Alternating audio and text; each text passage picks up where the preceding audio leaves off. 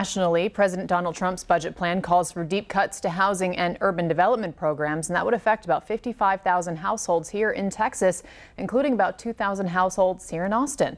As KVUE's Corey Coffin reports, advocates rallied at City Hall today to protest these cuts.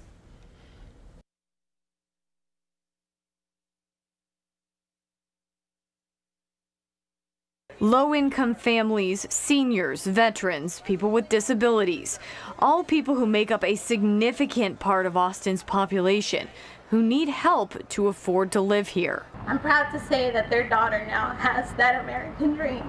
And Jacqueline Perez credits Austin Habitat for Humanity's affordable housing program for keeping her daughter safe. That seemed like our only option was apartments. And working in the apartment industry, I know that how unreliable your security could be. Like many other struggling families, Perez worked multiple jobs to stay above water, but it wasn't enough.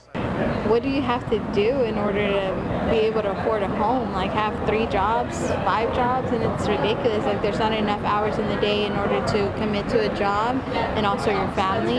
If we want to achieve racial justice and economic justice and disability justice in this country, housing is going to be one of the most important places.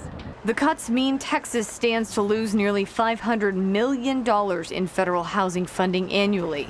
Austin would lose about $18 million of that. There was a time when Austin Habitat could go out and raise funds to build a house entirely without any assistance money outside of just the donations that would come in from churches and businesses and individuals. But land has become so expensive that is just impossible. So we use federal funding to buy the land and then often to develop it so that we can build homes on it.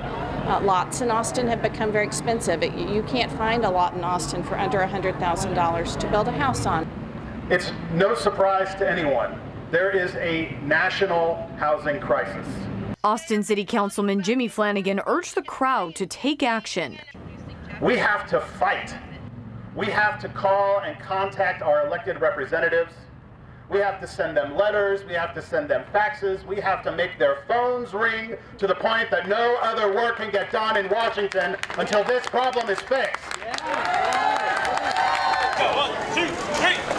The rally ended with a wall raising, which organizers said symbolizes progress and cooperation. In Austin, I'm Corey Coffin for KVUE News. And Trump's budget proposal would cut about 22% from HUD in total. That's about $6.8 billion. The biggest cuts would go to the Public Housing Capital Fund, which stands to lose more than $1 billion, and the Community Development Block Grant, which would be eliminated altogether. And that $3 billion fund currently includes programs like Meals on Wheels.